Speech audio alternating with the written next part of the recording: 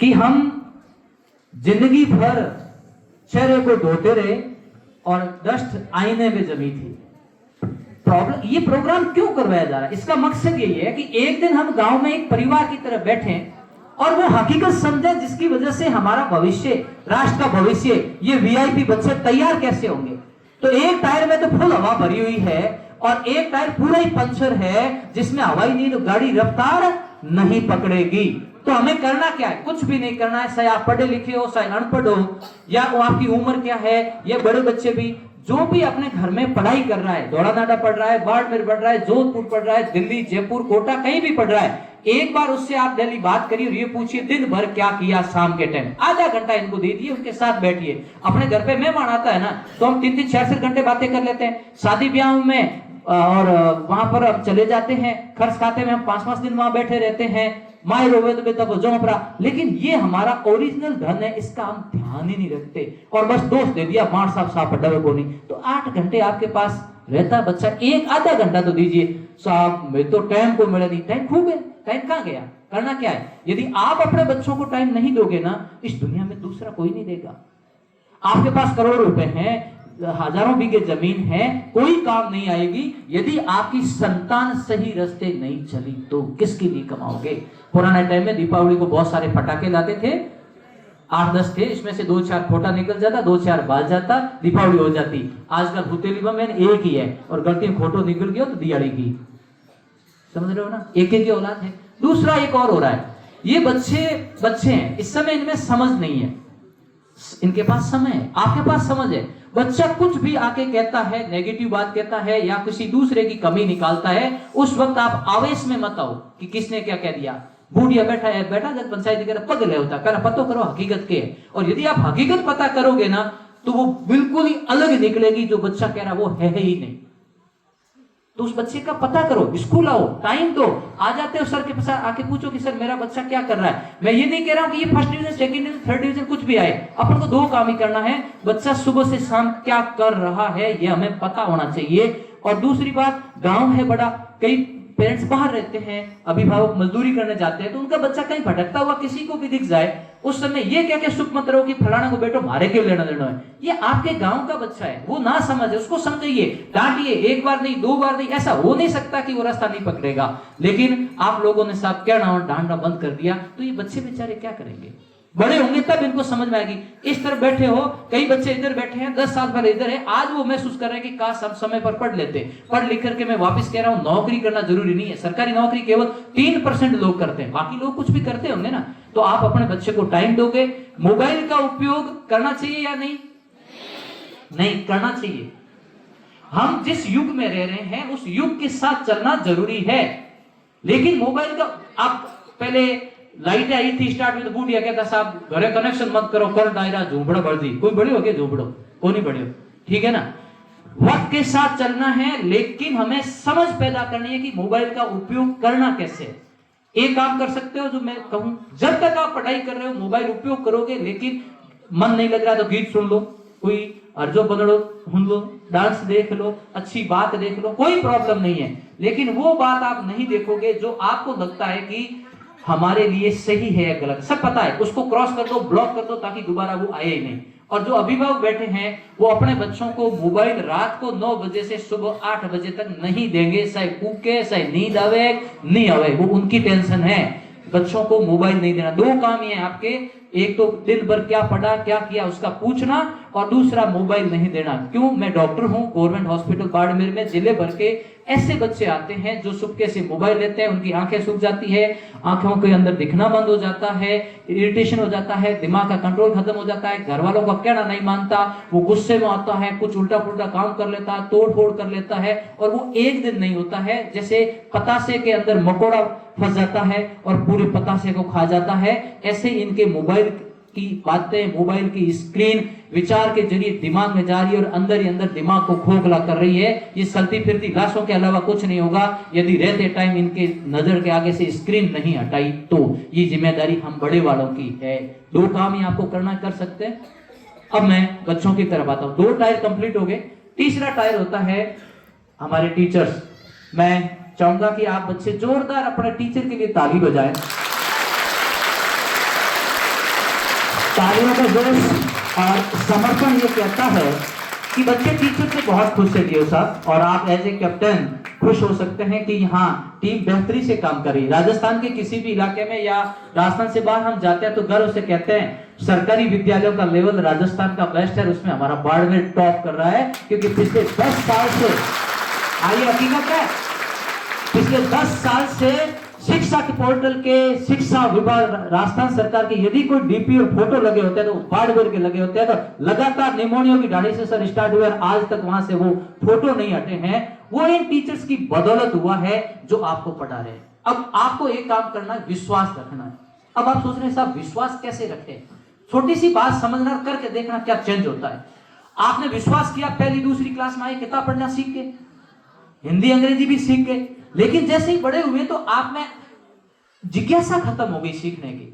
Sir ये अच्छा नहीं पढ़ाते हैं, वो अच्छा पढ़ाते हैं, वो फर्स्ट आ गया, मेरे नंबर कम आ रहे। इस कारण से आपके दिमाग में विकेंद्रीकरण हो गया, बिखराव आ गया। जैसे एक टंकी बनी है कहीं पानी की, उसका एक पाइप निकलता है और वो पंक्चर हो जाएगा तो पानी कितना तेजी से आएगा?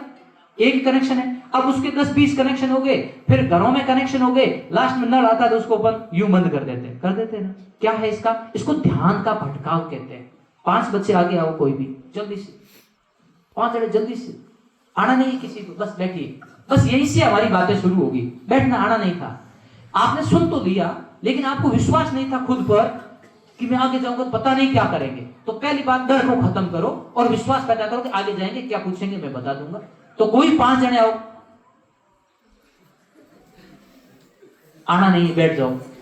अब आप पेरेंट्स इसको ध्यान से देखें, मैंने क्या बोला? कोई 5 बच्चे साथ खड़े हो गए, मतलब ध्यान नहीं था, 5 के बाद छठे को खड़ा ही नहीं होना था। ये क्या होता है? ध्यान न्यूनता होता है। चलिए हाथ खड़े करो जिनको एबीसीडी आती है, सबको आती है, जिसको आती है वो आगे आ जाओ। बस ये एक बच्ची आएगी, बाकी बैठ जाओ, आगे आओ। अब ये हालात है, आज सबने खड़े कर दिए, लेकिन जब जरूरत पड़ती है तब बच्चे आपके काम नहीं करते। इनका मतलब क्या? इनको आता सब डर है। इस डर को खत्म करने का काम सर आपसे भी रिक्वेस्ट रहेगा, सभी बच्चों को मंच पे लेके आए। और एक हम अभी तक इनाम जो देते हैं, फर्स्ट सेकंड थर्ड आता है पढ़ाई में, उसको देते हैं। मेरे लिहाज से सर इसको सबसे बाद में दीजिए, पहले इनाम आप ग्रामवासी अपनी तरफ से घोषणा कर दो। जो बच्चा क्लास में अनुशासित रहेगा फर्स्ट सेकंड थर्ड, मेरी तरफ से इनाम।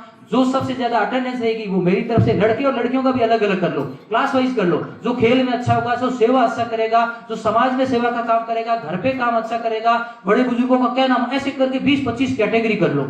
उस कैटेगरी में आप नेक्स्ट फंक्शन हो तो उसको आप अप्लाई करो और उनको सम्मान करो। आपका गांव चेंज हो जाएगा 1-2 साल के अंदर। क्यों? क्योंकि हम जैसा दिखाते हैं बच्चे उसी रास्ते चलने की कोशिश करेंगे। सब जगह हो क्या गया, पढ़ाई में फर्स्ट सेकंड थर्ड आता है उसको इनाम दे दो, तो बाकी वाले, हर आदमी में कोई कोई टैलेंट होता है। कोई डांस करने में अच्छा है, कोई गाने में अच्छा। अभी वो छोटू कहाँ गया? बहुत अच्छा भाषण दे रहा था, है ना, स्काउट यूनिफॉर्म के अंदर। ये होता है बस, स्काउट में क्या, उसको डिसिप्लिन आ गया, सेवा करने की भावना आ गई, विद्यालय आ गया। टीचर का क्या नाम मानना? घर पे मम्मी पापा का तो टीचर का। मैंने ध्यान से सुनना, कितने लोगों को एबीसीडी आती है? हाथ खड़े करो।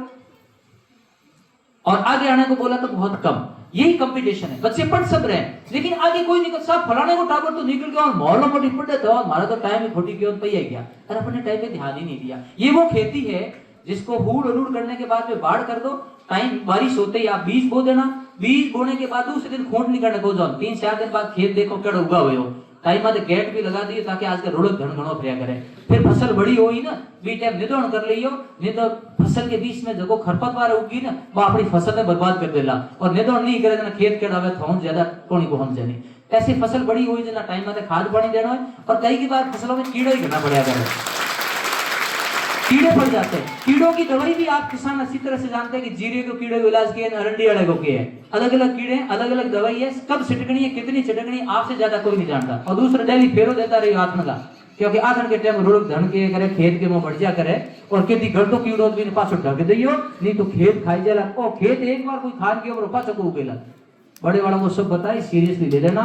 और नहीं तो जिसने ध्यान नहीं रखा है उनके खेत खत्म हो गए, कुछ नहीं होना। दूसरा, आप सोचते हो कि किसी का खेत कोई खा रहा है, हमारे को क्या मतलब है? तो जब आग उस कॉर्नर में लगी हुई है ना, वो आग देख करके आप वीडियो बना लोगे, रील बना दोगे, देख लोगे, ताली बजा लोगे, आपको सुनने का अच्छा लगेगा।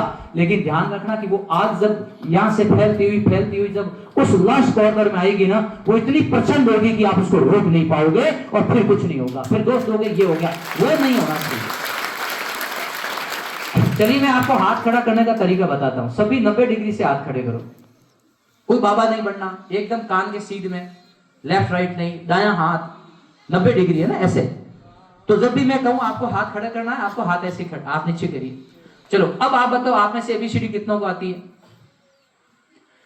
तो आपके गांव का आईक्यू लेवल 90% बहुत शानदार है, क्योंकि एक बार समझाने पर बच्चों ने समझ लिया कि ये काम ऐसे करना। अब अगला सवाल में बेटा एबीसीडी बोलना।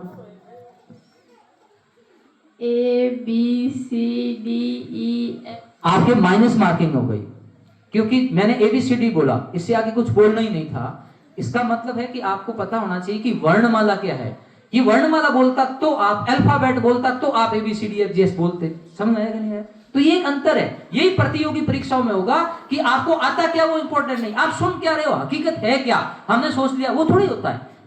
एक जैसी किताब, एक जैसे टीचर, एक जैसा पेपर, सेम टाइम, लेकिन सबके नंबर अलग अलग क्यों आते हैं पता है? किसी को अरे अभी को तो दिमाग भुंडू गुण होशियार है, को दिमाग 5-10 किलो को है, अपना 2 किलो को, ये है सबका बराबर है। हमारी 5 ज्ञानेंद्रियां हैं, आंखें देखती है, कान सुनते हैं, जुबान बोलती है, हाथ लिखता है और नाक सूंघता है, और दिमाग इस पे कंट्रोल करता है गाड़ी की स्टीयरिंग की तरह। इसके अलावा कुछ नहीं करता। तो जो टीचर कहता है ध्यान से देखो, ध्यान से सुनो, बोलो, और जो ध्यान यहाँ पड़ा है, शरीर यहाँ लाके रख दिया और ध्यान बंदोड़े में पड़ियो, मोमोनी में पड़ियो, तो ध्यान ही नहीं था यार। बैठे बैठे पता ही नहीं चलता कब जैक लगा के बैठ गए या कैसे, बैठना ही नहीं आता आपको। टीचर की बात सुनोगे ही नहीं, बोलोगे ही नहीं, तो कैसे होगा? अच्छा आप में से अब अल्फाबेट कितने लोगों को आते हैं? हाथ खड़े करो। एबीसीडी कितनों ने आवे? हाथ खड़े करो। अब एक चीज ऑब्जर्व करें कि कुछ बच्चों के हाथ अभी भी सही नहीं खड़े हो रहे हैं, यानी कोई बात एक बार से याद नहीं होती है, रिवीजन चाहिए। तो पढ़ाई कुछ बातें एक बार से याद होगी, कुछ 2 बार से, कुछ 3 बार से, टाइम टाइम पे रिवीजन भी चाहिएगा, पढ़ते रहना, ठीक है। ये मैं बात कर रहा था, आपको विश्वास के साथ ये काम करने होंगे, मम्मी पापा, टीचर, गांव, और सबसे महत्वपूर्ण बात कि हम हमारे खुद के प्रति विश्वास रखें। ब्याह शादी में जना को बैग तैयार कर रख लो, हैं? ब्याह है, जाना है, नया कपड़ा बनाना है, यह करना है, लेकिन मैक्सिमम बच्चे जिंदगी की यात्रा पे निकले, आपने अभी ये तय नहीं किया हमें बनना क्या है। थारे गले में माला डाल दी, बारी पास, जय बाबेगी, हमें रेडी रहते, हमें मेरे कॉलेज में जाऊं, फिर आराम घूमो, ये नहीं है। अब जिम्मेदारी रियल शुरू होगी। ये माला नहीं है, ये जिम्मेदारी है। गांव के सामने आप बड़े हो गए हो, आपके पापा मम्मी की हाइट के हो गए हो, परिवार की जिम्मेदारियां आप पर आने वाली है। अब आप यहां से कॉलेज तय करोगे जहां से जीवन तय करना है। 12वीं के बाद में आपको किसी भी अच्छे कॉलेज में जाना तो सीयूईटी का एग्जाम होता है। केंद्रीय विश्वविद्यालय 200 टाइप के हैं, वहां पढ़ाई का खर्चा नाम मात्र का है। पूरे भारत में कहीं पर भी जाके पढ़ोगे तो आपका सृजनशीलता बढ़ जाएगी। ज्ञान के साथ कौशल बहुत जरूरी है आने वाले टाइम। बीएड करने से टीचर नहीं होता, पढ़ाना पड़ता है। एमबीबीएस करने से डॉक्टर नहीं होता, इलाज करना पड़ता है। गाड़ी लाने से ड्राइवर नहीं होता, उसको चलाना पड़ता है। मैं सर्टिफिकेट लेके आ गया, कंप्यूटर चलाना आता, मुझे कंप्यूटर ऑन ऑफ ही नहीं करना आता, तो क्या कर लोगे? काम थोड़ी मिलेगा आपको। तो स्किल जरूरी है। आने वाला युग सृजनशीलता का है, समझ में आ रहा ना आपको? तो आप आर्ट्स के बच्चे तो केंद्रीय विश्वविद्यालय में जा सकते हो, स्पोर्ट्स के तो स्पोर्ट्स यूनिवर्सिटी में जा सकते हो। सबसे ज्यादा नौकरियां होगी योगा के क्षेत्र में। आप योगा से ग्रेजुएशन करिए, चाहे कोटा ओपन से करिए, कहीं से भी करिए। योग से आप डिप्लोमा या डिग्री कर सकते हैं। दूसरे स्कोप सबसे ज्यादा होंगे साइकोलॉजी से, तो ना काउंसलर। ये मोबाइल के कारण क्या होगा, आने वाले जल्दी से 2-4 साल के अंदर हर 10 बच्चों पर 1-1, 2-2 काउंसलर चाहिए। एआई आर्टिफिशियल इंटेलिजेंस, जहां पर आपको टीचर की जगह कंप्यूटर पढ़ाते हुए दिखेंगे, लेकिन उससे बेरोजगारी नहीं बढ़ेगी, रोजगार बढ़ेगा। कंप्यूटर से पढ़ने वाले हर 5 या 10 बच्चों पर एक आदमी चाहिएगा देख रेख करने वाला, क्या बच्चा पढ़ रहा है या नहीं पढ़ रहा है। तो आपको डरने की जरूरत नहीं है कि रोजगार समाप्त हो जाएंगे, रोजगार की कोई कमी नहीं है, लेकिन तरीके चेंज हो जाएंगे। अब मैं इस बच्चे से वापस पूछ रहा हूं, एक और उदाहरण देखते हैं। आपको अल्फाबेट आता है? जेड से उल्टे बोलो। Z Y.